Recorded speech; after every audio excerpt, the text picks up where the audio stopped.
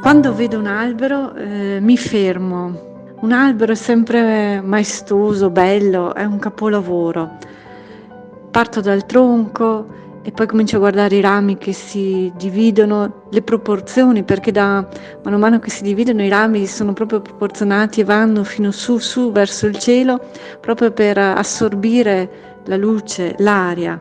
Mi chiedo: come fa a stare così saldo? Ed ecco, a quel punto comincio a pensare alle radici che con la loro tenacia, la loro forza, la loro profondità tengono ancorato l'albero. Nei nostri progetti RIA, le radici, se volete, sono il nostro sapere professionale che si concretizza proprio attraverso le azioni dei nostri progetti RIA, quindi sono diventati alberi i nostri RIA.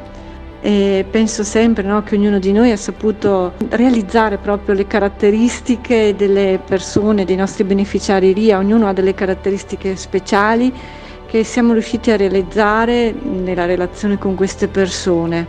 Un albero cresce da come si vede dai frutti e anche da chi lo coltiva, e se abbiamo coltivato bene i frutti sono buoni.